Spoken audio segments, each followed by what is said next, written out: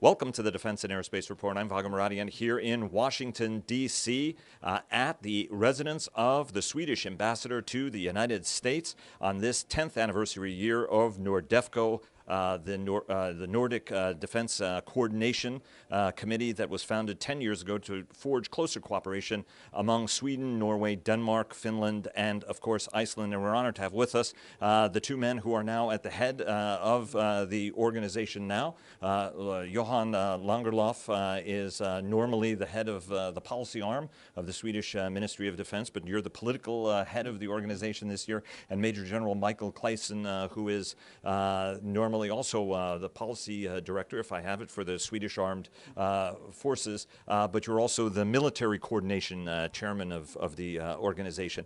Johan, I want to start with you. It's the 10th anniversary year. Sweden has the helm of the organization. Talk to us a little bit. You know, last year there was the 2025 plan was adopted with 16 goals on it, but talk to us from the perspective of Sweden's chairmanship. What are the key goals for this year? Well, it's, as you said, it's the 10th anniversary of the NORDEFCO, so that will be a landmark, I think, and with a new vision, which is including how to that we should cooperate in peacetime, in crisis, but also in conflict. So that's basically the qualitative step that we are working with now.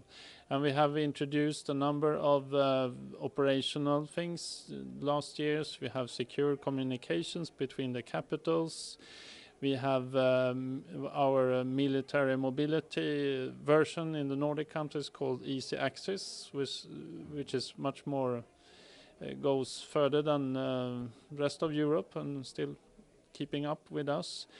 And we also work with exercises, an alternative landing bases for our fighters. If you have a problem with some reason to land in another country, you can do that without any preparations. And now we're looking for a crisis consultation mechanism between the countries. So that will be one thing we will work with during the year, so you can easily consult each other whenever one country feels that there is a need for some reason. It's an extraordinary organization because it has NATO countries and EU countries, or some that are in both, for example. Obviously, Sweden and Finland are EU countries, but are not NATO nations. And there was a great event at the Atlantic Council today, by the way, that had representatives from all of the countries there, including you two. General, I wanted to ask you, we had a series of major military exercises. Trident Juncture obviously was a defense of a NATO nation, but Finland and Sweden both participated in that. A year before that, Aurora was the major military exercise that Sweden had that was to test the country's capabilities to be a host country in the event of a crisis. Talk to us a little bit about what some of the broader lessons learned from both of those operations are from a NORDEFCO standpoint. I think that one major lesson identified is that whether you belong to a certain organization or not is, of course, a factor, but it doesn't necessarily stop you from cooperating from an operational or based on operational requirements. So I think that's an important lesson identified for all Nordic nations. Even though it's like kicking in open doors, but sometimes you physically have to learn the lesson. That together with some of the aspects that was mentioned by my colleague, easy access, the need for operational and strategic movements between countries and to remove obstacles in that regard. We also learned, again, that host nation support is quite challenging, and we need to continue to work on that.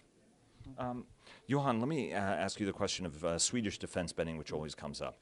Sweden once had proportionally, one of the largest armed forces. It was the 4th or 5th largest air force in the world, and also one of the most capable and powerful armies in the world as well. But after the Cold War, there was a massive reduction in capabilities at the session. General, you made a great point about we went from the highest end of high-end capabilities and went to a much more out-of-area operation.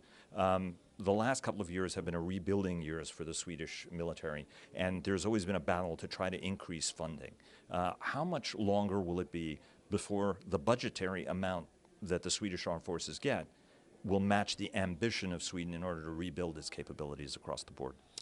Yeah, good question. And as we have talked about today, we are in a in a way in the return of the territorial defense, national defense. So obviously there is a lot of needs for the future, and we have increased our defense spending and will, I assume, continue to do that. We now work on the new defense bill, which will cover from 2021 and 5 years ahead. And what I hear from our political masters is that they are counting how much resources that could be devoted for defense, but we expect a substantial increase of defense spending. And there, as I said, we have yearly increased our spending, but we have a lot to homework to be done coming years.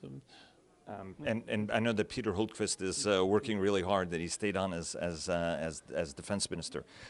Sir, let me ask you, you talked about that gap, right, in the rebuilding of capabilities on the high end. Each one of the countries is working toward that. Denmark obviously getting F-35 fighters, so is Norway. If you look at it, Sweden is developing a new class of submarines, the A-26, and also the new version of the Gripen, much more capable version of Gripen, and obviously Finland is looking at getting capability as well. Even Iceland is increasing spending. From your standpoint, how long is this rebuilding process going to take to rebuild across NORDEFCO, not just from a Swedish perspective, but to get that high-end capability up so that the region has deterrent capabilities and stalling capabilities of its own until NATO forces and EU forces can surge into the countries? Well, to be absolutely bold, we have delivered from the Armed Forces side a long-term study out to 2035.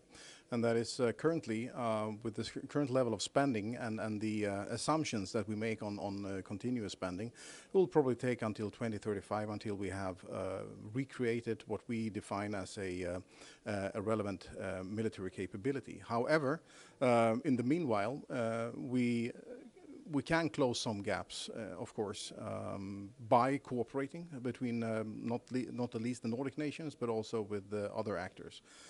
May it be the United States, may it be NATO in the widest sense. So it will take some time. But then again, at the end of the day, the level of risk taken by our political masters will define how fast we can go and to what extent we can come to the objectives that we have suggested. Johan, let me take you to the question of political unity within even NORDEFCO. We heard from Svein Fjestad, who is Norway's policy director at the Ministry of Defense, and he made clear, and oftentimes NATO countries have said this, is, look, our primary allegiance, we're part of the NATO alliance, and so we would be in that consultative process in the case of a conflict or a challenge. Do you think that there is a tension there that exists between the countries, among the countries, the three that are the NATO countries, and then those that are the EU countries? I don't know if it's a tension, but it's a fact that Sweden and Finland are not members of NATO. We are enhanced opportunities partners, so we have the possibility to work maybe closer to the alliance than other partner countries, with a special eye on how to deal with a crisis situation in Northern Europe. So I don't really see this as a conflict. It's a political fact that we have to consider. And we share geography, we share operational area, and I think among the Nordic countries we have a common understanding that we have to cooperate in a crisis situation, or even if things are getting worse. So the question is how we do it. Is there any concern at all? The United States has been spending for the European Deterrence Initiative as part of the enhanced forward presence concept. The administration is reducing funding. It's not fair to cut because the administration did dramatically increase funding over the last few years. Do you think that there's going to be any negative impact to a reduction of funding at this point? I mean, do you think it sends perhaps the wrong message, for example, to the Russians, or do you think that this is something that will be easily absorbed by all the nations in the region? Well, the budget has been presented, I think, 24 hours ago, so I would be a bit careful to analyze, but I wouldn't see this as a cut. I would see it more as a stable funding of the EDI, and I look forward to have further U.S. presence in exercises and whatever we plan to do together. So I see it more as stable than a cut. Okay. General, let me ask you, I mean, we were talking a little bit about climate change earlier. It's a very, very hot topic, obviously. Whether or not man caused it or not, each one of the nations is going to have to deal with it. And in the Arctic in particular, there are major implications from a military standpoint. How does climate change how each of the countries is going to be looking at planning, and how, as NORDEFCO as an organization, you need to address that as that region becomes ever more contested, more Chinese interest? I have a question about that later. What's the right approach from a military standpoint to deal with climate change, whether it's on bases, relocation of bases, infrastructure, all the way to operations? Yeah, I think that the baseline is really short-term, focusing on what operational impact could it have. That means in this context that we need to work very much more closely, because we are really in a sense dealing with one, if we speak about Russia, we speak about one western flank. It ranges from the Arctic region over the Baltic Sea down to the Central European plains, Black Sea, Eastern Mediterranean, and probably also the Middle East, if not longer. And we need to operate along that flank, operate and coordinate and cooperate along that flank. When it comes to the bases and relocation and adaptation of bases, that is of course an issue that we'll constantly have to look into and adapt to. It's a fact, as you say, whether caused by man or by other circumstances. You guys have to go, so one very short question for each of you then.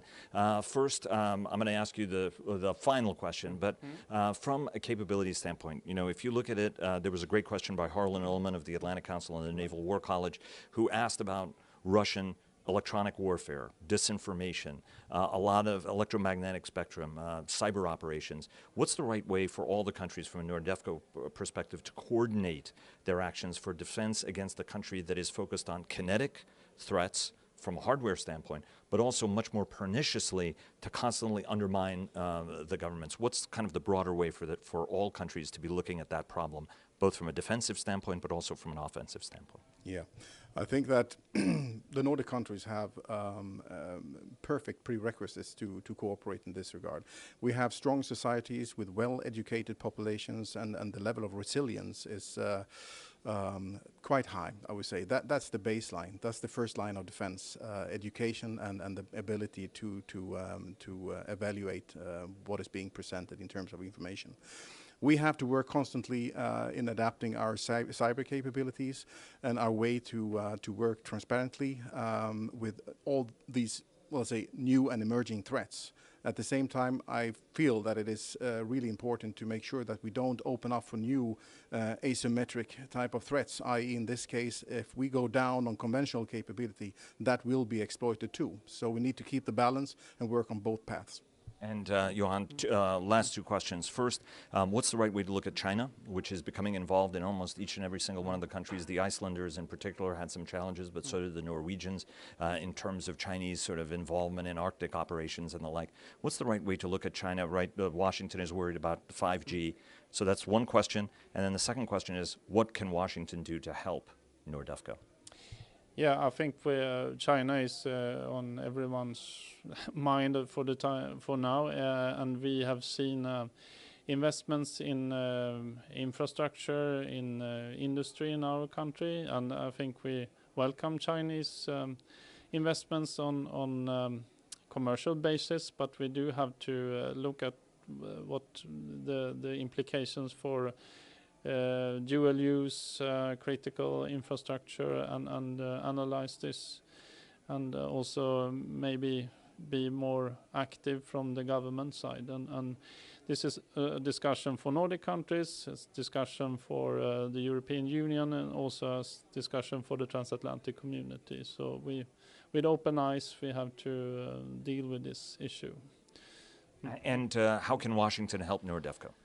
Washington could help by continue to deliver, be present in Northern Europe. It's crucial for the stability and the balance, continue to be a reliable and predictable partner.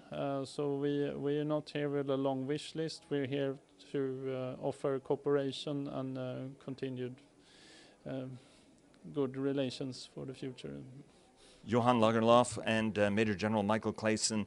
Gentlemen, thanks very much, both from NORDEFCO, of the Swedish policy on the Ministry of Defense side and the Swedish Armed Services side. Gentlemen, thanks very, very much. Thanks a lot. Thank you very much. Thank you.